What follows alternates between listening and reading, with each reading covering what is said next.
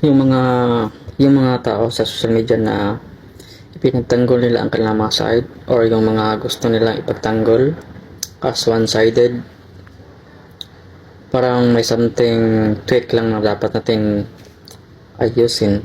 Like in terms of genre, yung side na isang vlogger na pinagtanggol niya tungkol sa pagiging straight gamit ang Bible, tama naman siya, meron naman siyang tamang sinasabi, kaso lang nagiging one-sided. At yung side naman ng isang vlogger na pinagtanggol niya yung about LGBT or kabaklaan, hindi straight na lalaking, mga bading, etc. etc. May tama naman siyang side, pero may tweak lang na dapat nating ayusin dahil nga hindi man pwedeng maging one-sided tayo or imbalance. May tama naman siyang sinasabi, ngunit meron ding may something one-sided or ay lagyan natin na may mali. Una, tama naman ang sinasabi yung isa na lumikha ang Diyos ayon sa Biblia na babae at lalaki lang. Tama naman yun.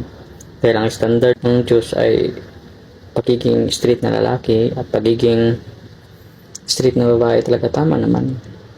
At yung side naman ng isa, sabi nga doon na ginagamit niya ang Biblia para mabukhang banal at pamukha sa kanila na mga patapon sa impyerno, parang may something tama at may something mali rin. Well, hindi talaga mabuti ang pagiging baloktot na kasarian like tomboy, kapakla, etc. or transgender. Tama naman ng Diyos, hindi lang tama kundi siya talaga ang tunay na mas nakakaalam ng lahat, makatarungan. Humahatol siya sa paraan ng may pantay na paghatol, walang bahid na kapalpakan o di kaya walang makakalusot sa kanya. Kahit ang pinakawatiting nating kasalanan ay alam niya yan. Sa Biblia din naman na ang Diyos ay hindi tumitingin sa physical na kalagayan, kundi ang tinitignan ng Diyos ayon sa Biblia. Marami ng mga Pilipino na nakabasa ng Biblia, di ba? Kahit ng mga pastor, pare ay nagturo ng mga ganyan, di ba? Na ang Diyos ay hindi tumitingin ng naayon sa paningin ng tao. Because we as human, nasugahan natin kaagad ang isang tao ayon sa ating nakikita sa dalawa nating mga mata, di ba? Pero ang Diyos, ayon sa Biblia, na tinitignan niya ang puso ng tao.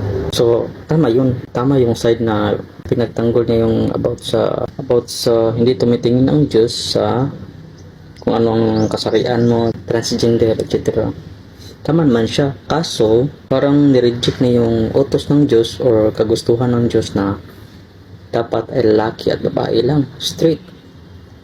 Yun lang yung medyo may tweak na dapat natin ayusin, na dapat hindi tayo magiging one-sided, maging balance tayo, maghatol tayo sa mga bagay-bagay na may pantay na paghatol.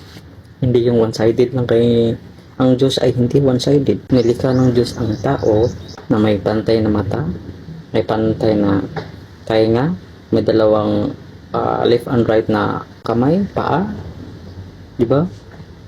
Yung ibon, nilikha niya na may pantay na pakpak, di ba? Paano makalipad ang isang bagay kung walang dalawang pakpak? Isang pakpak lang, di ba?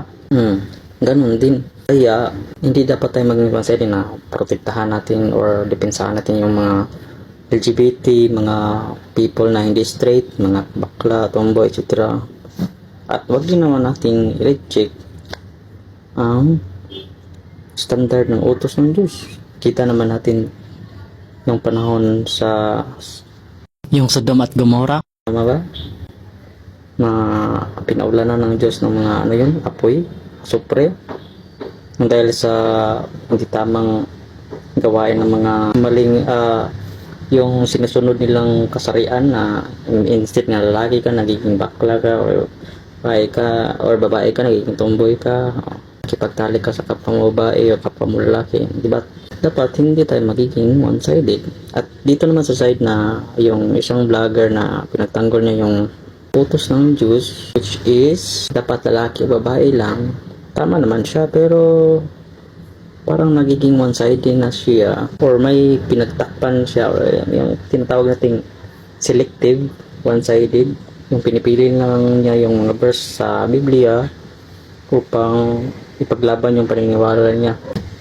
Tama naman na yun talagang standard ng Diyos, pero hindi niya sinabi, wala siyang minimension tungkol sa puso at mata ng Diyos o sa kagustuhan ng Diyos, na ang Diyos ay hindi tumitingin sa physical na nakikita sa ating dalawang mata, kundi ang Diyos ay tumitingin sa puso ng tao, dahil ang Diyos lamang ang may kakayanan at kapangyarihan na makakita ng ating hinaharap o ating mga intensyon, puso, isip, kaluluwa, pagkatao. Alam niya yan. Minsan nga mas kilala pa nga tayo sa Diyos ayon sa Biblia kaysa mismo sa ating mga sarili. At yun lang masasabi ko.